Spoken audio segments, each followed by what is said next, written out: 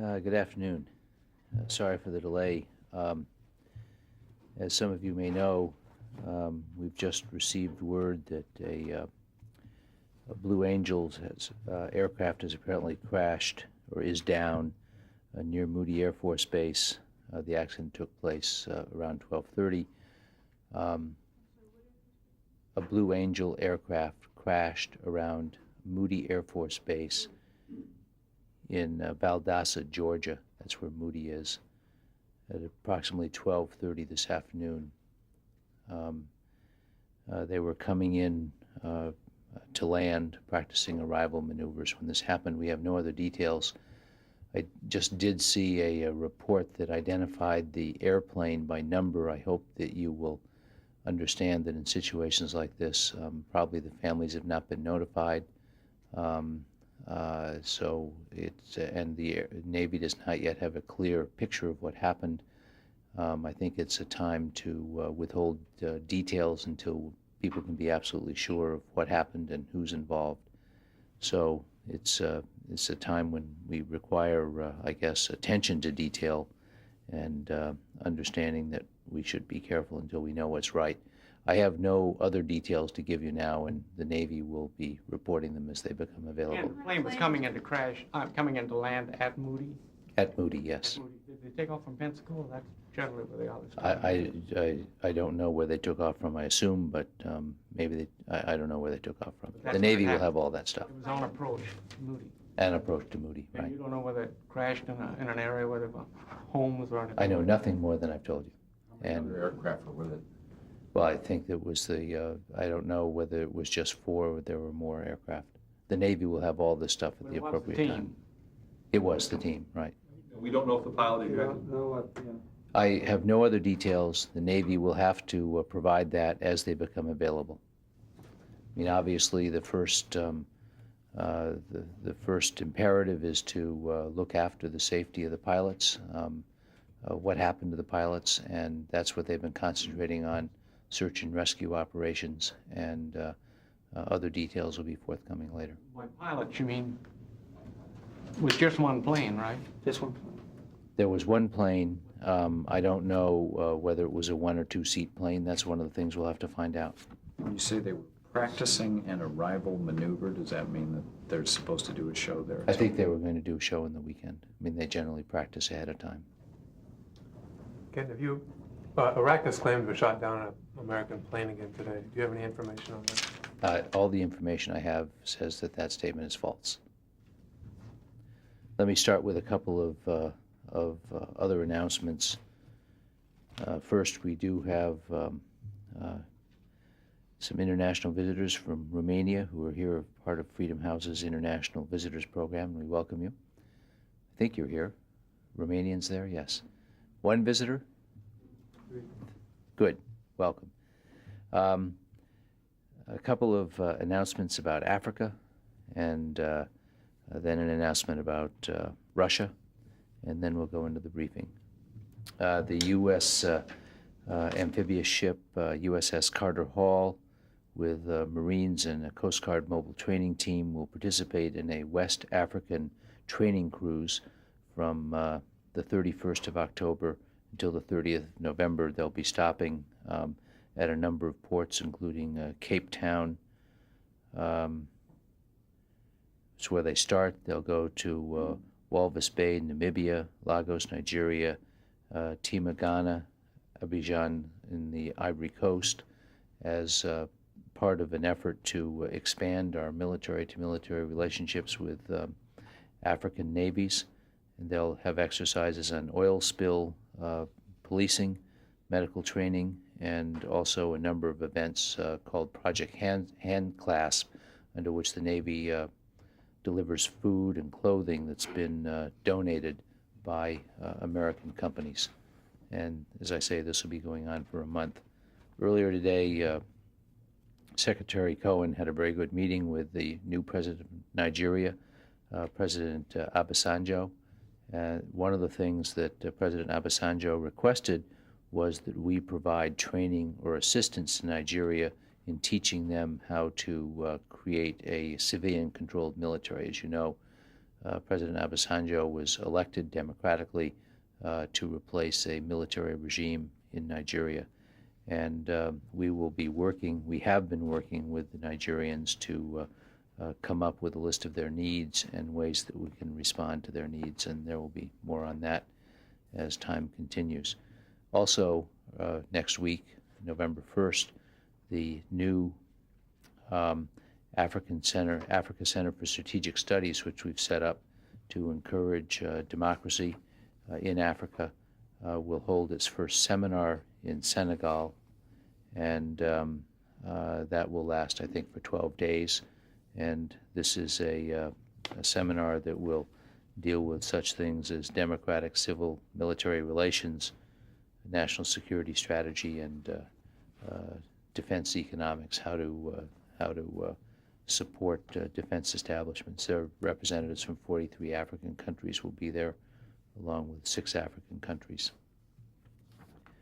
Also on November 1st, we will open up a new center called the Security Assessment and Training Center outside of Moscow in Sergeyev Posad, Russia. And this is part of the Cooperative Threat Reduction Program that is set up to help the Russians reduce their nuclear arsenals under the START agreement, and also to secure their existing arsenals. And this center will concentrate on developing and distributing, installing security technologies and procedures to help improve both internal and external security of nuclear weapons in Russia. This is obviously an important initiative that we've been working on for some time. Secretary Cohen visited Sergeyev Posad in January of 1998. Some of you might have been there. They had a demonstration of how they transport nuclear weapons and components in rail cars and other ways, how they transport them safely. And with that, Associated with that. we'll get you a dollar figure. I don't have it at the tip of my tongue or on my brief. Oh, hold it.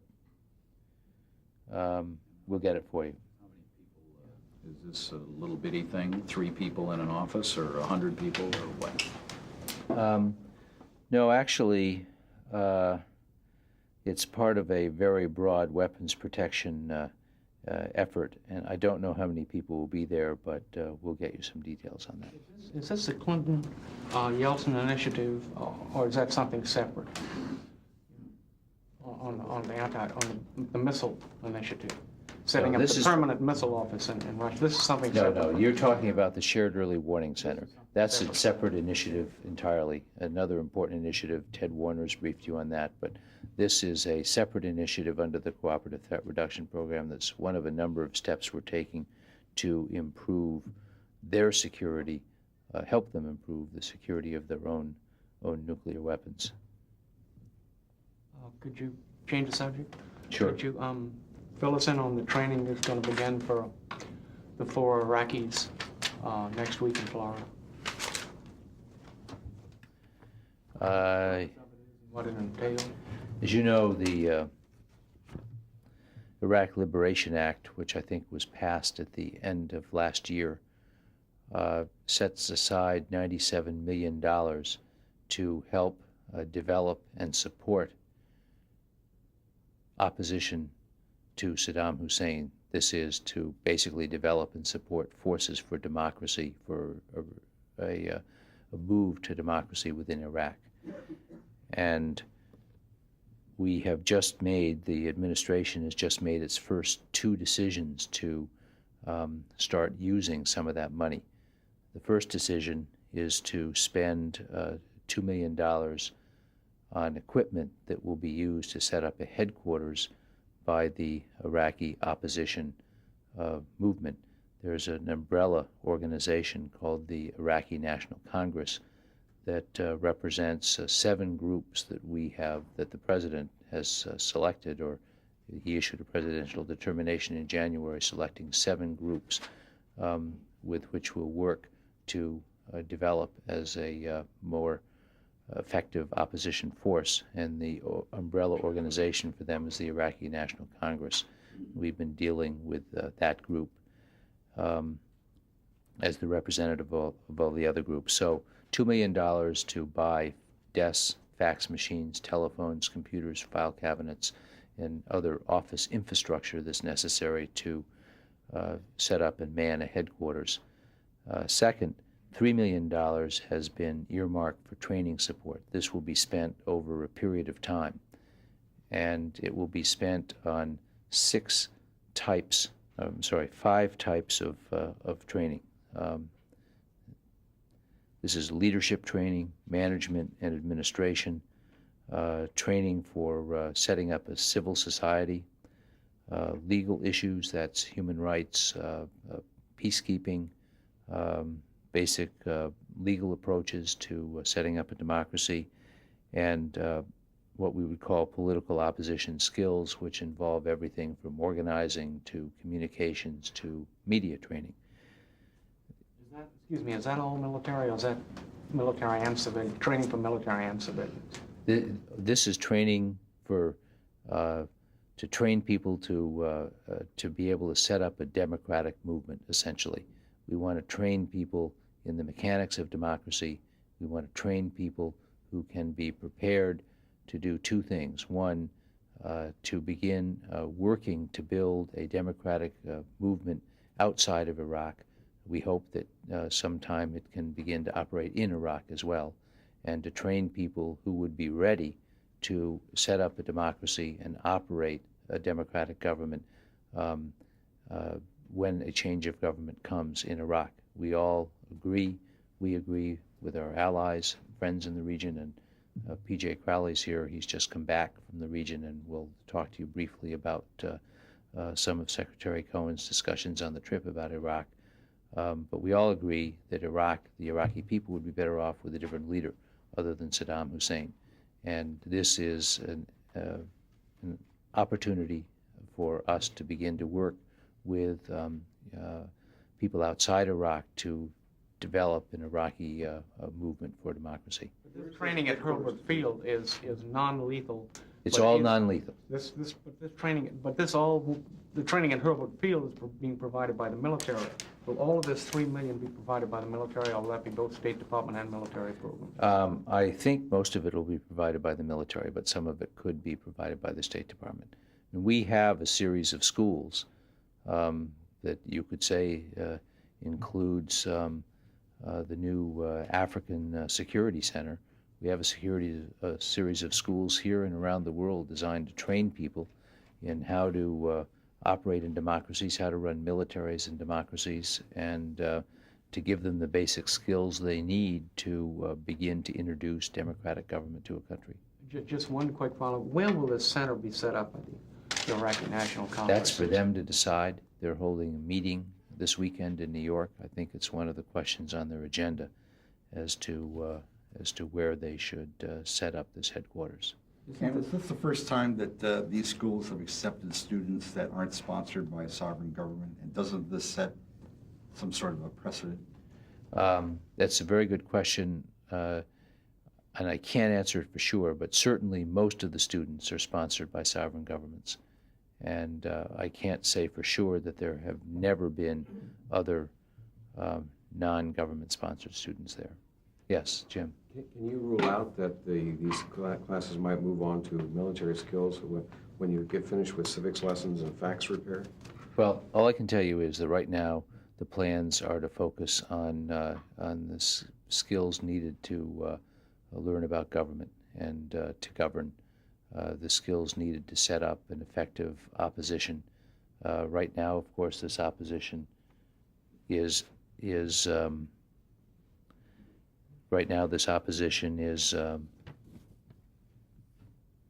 all outside of Iraq, or generally outside of Iraq. There are some elements operating within northern Iraq in the Kurdish area.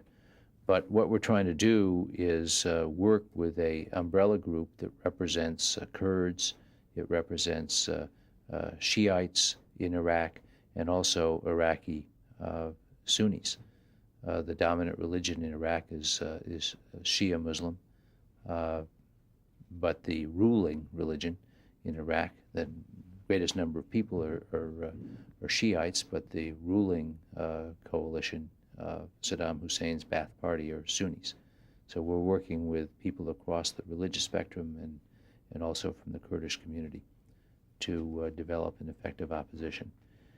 PJ tells me that all the money is DoD money, and it basically comes from drawdown authority under the $97 million under the Iraqi Liberation Act, the Iraq Liberation Act. That you are using old equipment and you're pulling stuff out of warehouses, so are the paper and the copying machines and stuff coming out of military warehouses? I think it is, I think it probably is not all new stuff. Could be stuff that we have around from old DFAS centers or something like that. The training is taking place at Hurlburt Field and other places, are you saying? Right now, the only training that has been specifically identified will start on November 1st, Monday, and that will be at Hurlburt Field. That is, there will be 4 people who will go through a 2-week course in civil military strategy for internal development, which means basically democracy. How to communicate with people, how to organize, how to get your ideas across, how democracies operate, that type of thing. Those 4 people, civilian, I mean, I guess it's kind of... Well, I think 2 or 4, well, obviously none will be in the active duty Iraqi military. I think that's fair to say. 2 of them are former military officers in the Iraqi armed services. Do we envisage any kind of military combat training in the future? I mean, it's kind of unbalanced, isn't it? You're preparing them for a military and a democracy when they really don't have an army yet at this point. We've put a lot of effort in the last year into trying to develop a unified, coherent opposition unit. And Secretary Albright has met with Ahmed Chalabi and other leaders of the Iraqi opposition. She's met with Kurdish leaders. Other people in the government have been meeting with these people. We are trying to get the movement focused and unified so that it can work effectively. That's what we're doing right now. And right now, the only plans we have are for this type of training that I identified in the 5 categories, leadership, management, et cetera, at this point. Now, it's conceivable that later on we could get involved in certain types of humanitarian training that might involve medical training, for instance, or engineering, or some training on communications capabilities.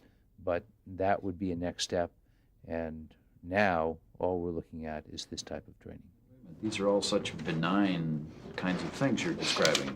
The U.S. might also be involved eventually in training them how to fight. Wouldn't that be part of the... I'm not going to rule that out. All I'm saying is that now the training is of the type I've described. It's basically working on organization building. And we think that's a very important first step. As you know, from the very beginning, there's been a concern in Congress and elsewhere that you have to be able to walk before you can run. You have to be able to organize before you can fight. And we put a lot of attention into working with the elements of the Iraqi opposition group to make them as effective as possible. That's what we're continuing to work on right now. Yes, Pam. What's the growth path for this? If it's 4 people now, do you have waves of more people coming in? Or? Well, we will. I mean, a lot will depend on this meeting in New York over the weekend. And obviously, we've taken a very important first step by allocating money, by finding 2 programs we're supporting. We've got the $3 million for training. Now, that includes the cost of getting people here, the cost of supporting them during the training, et cetera, but still, it's going to take a long while and many people to exhaust that $3 million. So there will be additional training as time goes on. You don't have any predictions as to how many people? I don't at this stage, no. Yes, Jamie. Ken, the Navy now has released the information that the 2 pilots were killed in the crash of that F-18 assigned to the Blue Angels. And I'm just wondering if, will there be any sort of broader investigation of the safety record of the Blue Angels, particularly because I think there was some questions last year about a stand down of the Blue Angels. Do you know what kind of investigation will result in that? Well, Jamie, while you were out gathering that information, I've been in here talking about the fact that we don't have much information on this, but I can tell you this, that we investigate every plane crash very thoroughly. We try to learn as much as we can from why it happened, and in order to prevent it from happening again. I can't speculate at all based on the little I know as to what caused this crash. I don't think the Navy knows at this stage, and there will be a full investigation. Obviously, if any sort of procedural or maintenance problems are revealed by the investigation, they will be addressed aggressively by the Navy. This is its premier flying team, a team that performs to the amazement and pleasure of crowds all over the United States, and you can be sure that the Navy will do whatever it can to make sure that this team is at the very top of its ability to fly. I say that without prejudging the causes of this accident at all, because we don't know what caused it. And I hope we can find out relatively soon, and then the Navy will begin doing whatever it has to in response. Yes? Another topic? Oh, okay, thank you. Ken, the Russians in Chechnya are rolling toward Grozny from 3 directions, gobbling up villages, inflicting civilian casualties in Grozny. And President Yeltsin said that he would not stop, the troops would not stop their offensive until they, quote, destroy the center of international terrorism in Chechnya. Have any comments on the way things are going there? And what do you suspect is the international center of terrorism? Bill, I don't have much to add beyond what I said Tuesday on that. We have urged restraint on both sides. We have made it clear that we believe that a political or diplomatic negotiation is the best way to resolve this problem.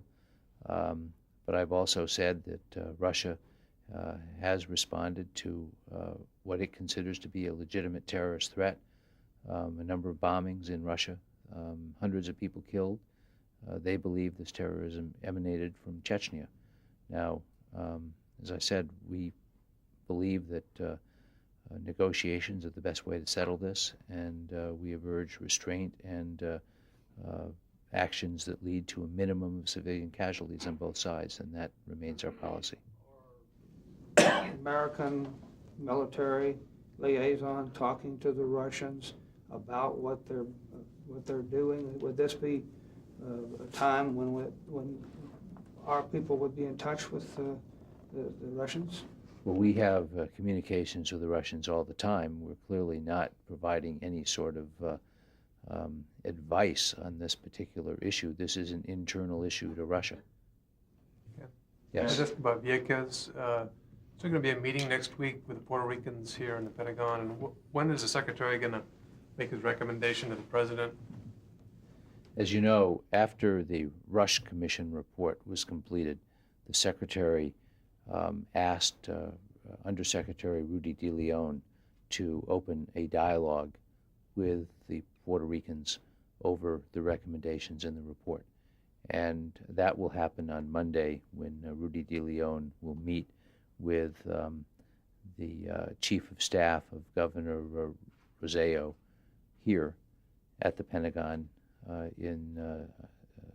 I think it's 2 o'clock, their meeting. I would expect we'll have some sort of a readout after the meeting, but this is just a meeting to begin to address the issues that were brought up in the report. The Secretary won't be involved? No, it will be with Undersecretary DeLeon. To follow that, the governor's office says that the one thing they won't negotiate is their position that there's not to be one more bomb or one more artillery round fired at that range. if that's their position, what does the Pentagon have to negotiate about? Well, I think the report raised a number of issues, and we'll just have to see what the Puerto Rican position is from these discussions we have with them. I'm very aware of what the governor said. He said it many times. He said it before Congress. He said it in innumerable interviews. This is an issue that has equities on both sides, obviously, and that's what will be discussed. Secretary willing to meet with the governor personally? Well, I think we need to see how these talks evolve first, and certainly the Secretary isn't ruling anything out in order to produce the best possible report and set of recommendations for the President. That's what the President has asked him to do, and he'll do what it takes to get to that position. But right now, we're in the early stages of this, and we'll have a better sense, I think, after the meeting on Monday. Senator Warner suggested to General Shelton that perhaps he and other members of the chief should go down and see the Puerto Rican representatives directly. Is there any consideration being given to that? Well, we'll consider all reasonable suggestions, and that's certainly a reasonable suggestion. I think that we need to see how this meeting goes on Monday, and the Secretary and Undersecretary de Leon will have to decide what the best course of action is. If we think that something reasonable could come from such a meeting, that's something we would certainly consider doing. But I think we need to know a little bit more about how the Puerto Ricans would respond to that, and we'll learn that from the meeting on Monday. There is an Army team in South Korea now looking into the beginning steps of how they would cooperate with South Korean officials on Korean War massacre stories. When is the DoD team going, and who will end up heading? Do you have a date yet? Well, the Army team in South Korea is just going to be there. Now it's Friday in South Korea. They'll be holding their meeting later today and coming back. There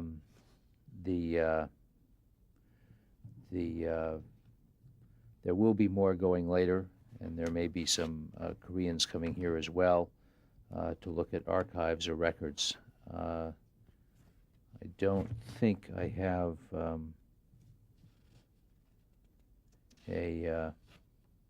there will be a task force leaving on Saturday, a larger task force, and this is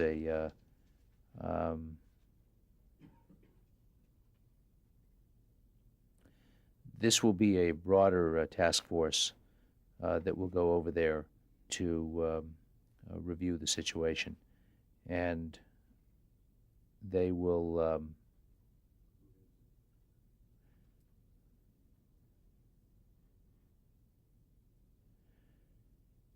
we are in the process of putting this task force together, and we will have more information for you later, probably not until Monday. This is not the De Leon group, the steering group, or whatever you call it? Yeah, this will be the steering group that will go over there, Steering group? Okay. and they'll be briefed on the way out by the Army team, and then they'll do some discussions over there on their own. The head of that is? But we haven't announced the, no, we haven't announced it Yeah, yet. that's what I was asking. Ken, who's Okay, wait a minute. Has the Defense Department figured out when you or Army people involved in all this begin to talk to American veterans? Are you just talking to these veterans? Are you deposing them? Can what they say be used against them in later legal proceedings? What are the rules of the road? Because the veterans that we have talked to are pretty confused. Well, we have been very clear about what we're trying to do. We're trying to get to the facts. We're trying to figure out what happened. And we have made no preconditions. We are going out to talk to people who are willing to talk to us.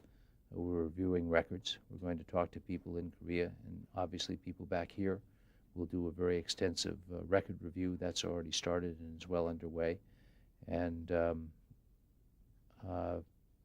we'll try to establish the best possible factual account of what happened that we can.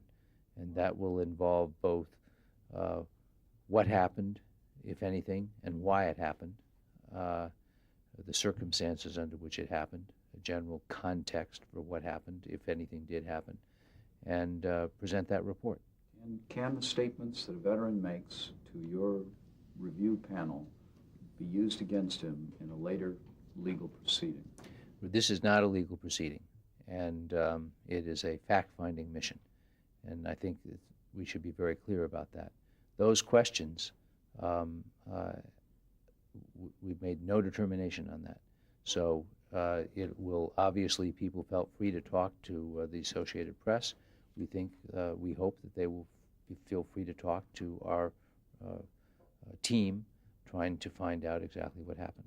Well, by no preconditions, you mean that no decision has been made on whether or not to grant any immunity to people talking to you? No immunity has been granted. Then what? Has No been immunity. granted.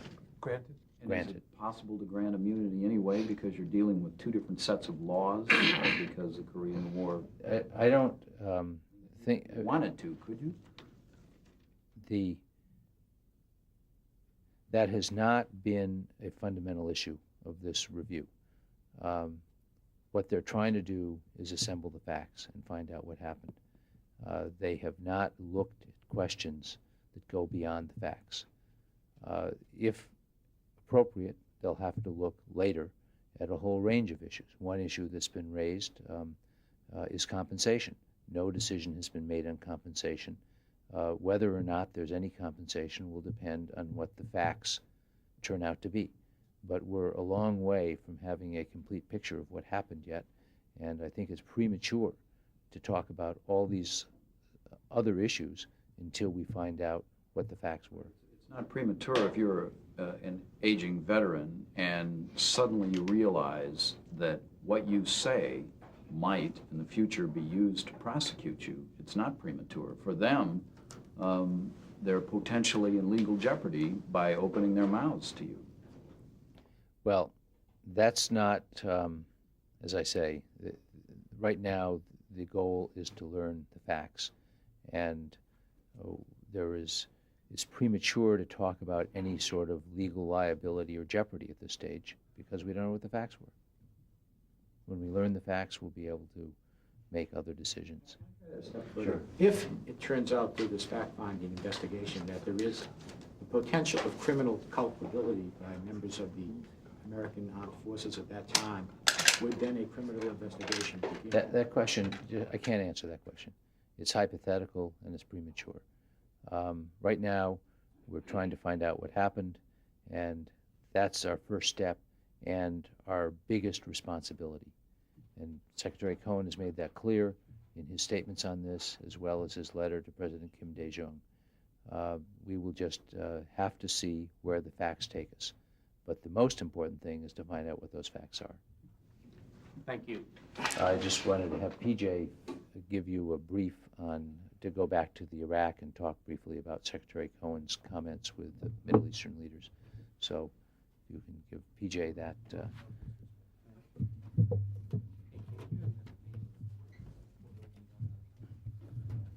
Just very briefly, the Secretary returned Tuesday night from a 10-day, 9-country trip. Some of your colleagues were on that trip. Iraq obviously was a major topic of discussion. I think coming out of the trip, the Secretary has a view that there really is a shared vision within the region as to how to proceed to help reintegrate Iraq into the international community and allow Iraq to resume its rightful place within the region. These were leaders that actually know Saddam best. They're his neighbors. They share our view that hopefully sooner rather than later we'll have a regime change in Baghdad, and that will go a long way towards restoring regional stability. I think the Secretary found in his trip that there is still obviously great sympathy for the Iraqi people. It's a sympathy that we share, which is why we've pushed so hard within the UN Security Council to try to make sure that as we keep Saddam contained, we work hard to make sure that there's a great deal of humanitarian assistance that flows through the Oil for Food program. We talked at great length about the Dutch-UK resolution, which everyone agrees provides the best opportunity to restore the inspection program that we need inside Iraq, and at the same time make sure there are a wide range of humanitarian assistance that goes to the Iraqi people. But obviously, within the context of regime change, the Secretary did brief leaders when the issue came up about what we are doing within the Iraqi Liberation Act to provide this kind of political assistance to help build a stronger voice for the Iraqi opposition within the region, and also a better source of information to the Iraqi people so that they really know that there is a viable alternative to the repressive regime that Saddam Hussein represents in Iraq. So it was one of major components of the discussion the Secretary had in his various meetings with the regional leaders. I think finally at the same time the Secretary made clear that until we see that day of change in Baghdad, that we, the United States, have a long-term commitment to the region. We're going to maintain force levels at roughly their current size. There is, as is always the case, a constant review within military circles to kind of review, do we have the right kinds of forces? Are they in the right place? There could be minor adjustments as we go forward in terms of the placement of forces, but basically the force levels will continue as we continue to contain Saddam Hussein. The Secretary forecasts there'll be no major changes in our force posture in the region. And I think the leaders responded very favorably to that. I think there's a great amount of agreement that Saddam needs to be contained. The force posture we have there right now is effective in doing that. And then the Secretary took the opportunity to brief them on how we're working in other ways to create greater political momentum within the region, starting, as Ken said, outside of Iraq, but eventually evolving to greater pressure within the Iraq to create a better climate so that perhaps at some point in the future this regime change can take place.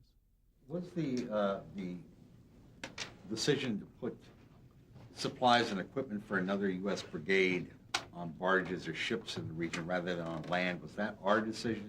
Was that our initial position, or did that come about because of political sensitivities of the, raised by the other governments? Not at all. That's basically our decision. It's still a process that is ongoing. I think General Zinni and CENTCOM have been working. For example, we have the brigade set in Kuwait. We are about 80% complete in finishing preparations for the and finishing work, so you have a complete brigade set in Qatar. We have one brigade set afloat, and General Zinni indicated during the trip that it would be his recommendation to the Secretary to have a fourth brigade set also afloat, which gives you increased flexibility in terms of how you might be able to respond, where, when, how, in the event that there is a future contingency. So that his thinking right now is that the fourth brigade set would be afloat. What can you tell us about military, counter Saddam military groups, dissidents outside or Iraq? I take it all of them are outside of Iraq.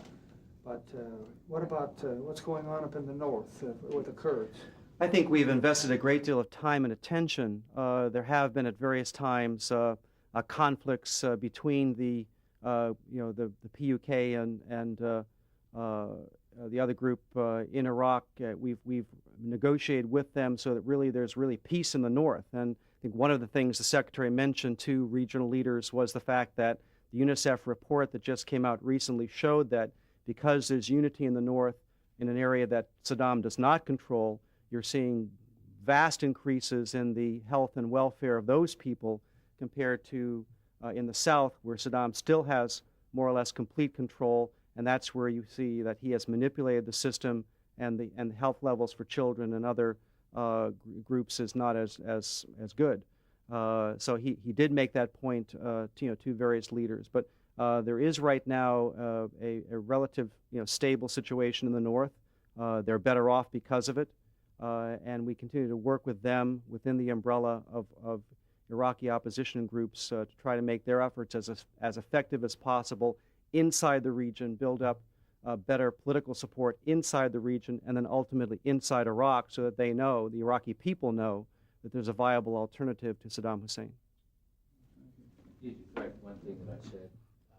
There is not another team on its way to Korea. I misread my chart here. We will set up a steering group of outside experts. They will meet with the Army Inspector General when he comes back from South Korea after his meeting tomorrow in South Korea. I mean, tomorrow our time, today their time. So that will happen early next week. But we are not sending a new team there yet. We will at the appropriate time. One of the things we want to do, of course, by sending the Inspector General there is to get an idea of where we should go, what the schedule should be, et cetera. And then the steering group will meet with him and get a readout. We will announce more about the steering group next week.